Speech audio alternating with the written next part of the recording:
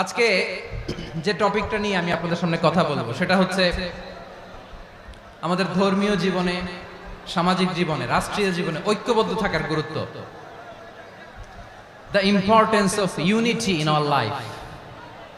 আমরা ঐক্যবদ্ধ থাকতে চাই কি চাই না? এই আপনাদের গলার আওয়াজ। আমরা ঐক্যবদ্ধ জীবন যাপন করতে চাই কি চাই না? চাই। ঐক্যের কোনো বিকল্প নাই। গত 50 বছর তো দেখেছি এই ডিসইউনিটি, অনৈক্য, বিভেদ, বিচ্ছিন্নতা আমাদেরকে কোথায় নিয়ে গিয়েছে। এই যে দেখেন কিছুদিন আগে আমাদের বর্তমান নেতা ডক্টর ইউনূস, উনি সব রাজনৈতিক নেতৃবৃন্দদেরকে ডেকেছেন একটা ইস্যুকে কেন্দ্র করে। তার মানে গোটা বাংলাদেশ এক হয়ে গিয়েছে। আমরা সবাই উদ্বেলিত হয়েছে, উচ্ছ্বসিত হয়েছে, ঠিক কিনা বলেন?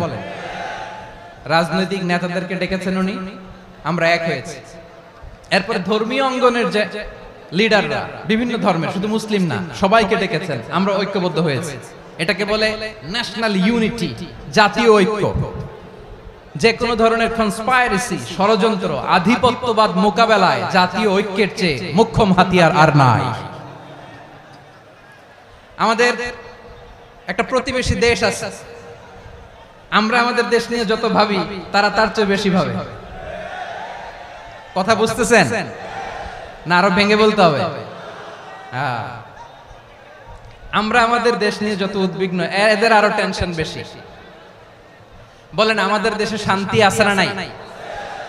আমরা হিন্দু মুসলিমে কখনো দাঙ্গা লাগে? আসতে বলেন কেন লাগে? ওদের পূজা পার্বণে আমাদের মাদ্রাসার ছেলেরা যে পাহারা দেয়, চিল্লায় বলেন ঠিক কিনা? আমাদের তাফসীর মাহফিলের সময় ওরা ডিস্টার্ব করেন, ঢোল বাজায় না।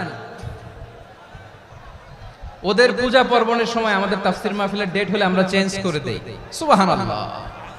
কি সাম্প্রদায়িক সম্প্রীতির রোল মডেল।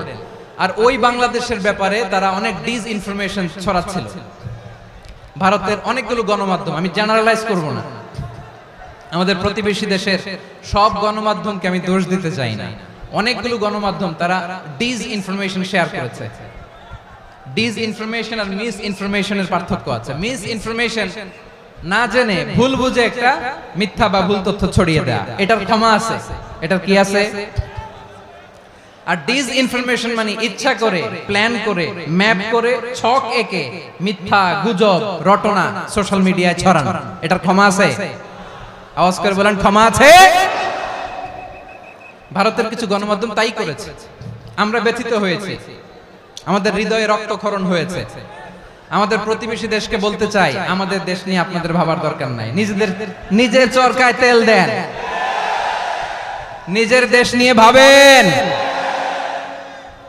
গত মাসের ভয়েস অফ আমেরিকার রিপোর্ট, বাংলাদেশে সংখ্যালঘু জনগোষ্ঠী আগের চেয়ে বেশি নিরাপত্তা পাচ্ছে। Report voice of America, Muslim report নাকি? মুসলিম জরিপ, ভয়েস অফ আমেরিকা। কথা বুঝে নাই বোধহয়। ভয়েস অফ আমেরিকা কি আমাদের রিপোর্ট? না, ভয়েস অফ আমেরিকার জরিপ, বাংলাদেশের সংখ্যালঘু জনগোষ্ঠী আগের চেয়ে ভালো নিরাপত্তা পাচ্ছে। শুধু এখানেই শেষ না, মাইক্রোসফটের একটা জরিপ শোনাই আপনাদেরকে। তারা সারা পৃথিবীতে গুজব, ভুয়া আর মিথ্যা নিউজ ছড়ানোতে কোন দেশ সেরা একটা রিপোর্ট করেছে। এর মধ্যে 1 নম্বরে এসেছে ভারতের নাম।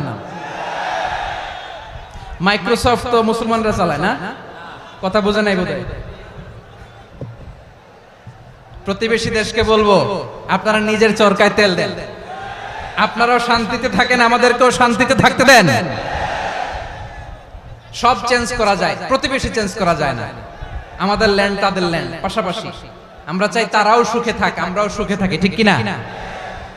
কিন্তু প্রতিবেশী হলে বন্ধুত্বপূর্ণ আচরণ করতে হয়। প্রতিবেশী যদি বন্ধু না হয়ে প্রভু হতে চায়, এরকম দানব প্রতিবেশী কেউ চায় না।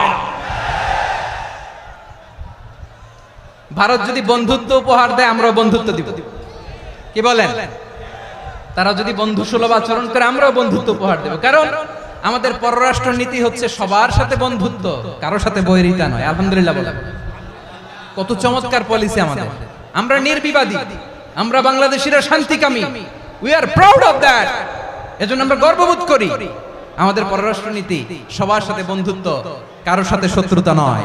তাই প্রতিবেশী দেশকে বলবো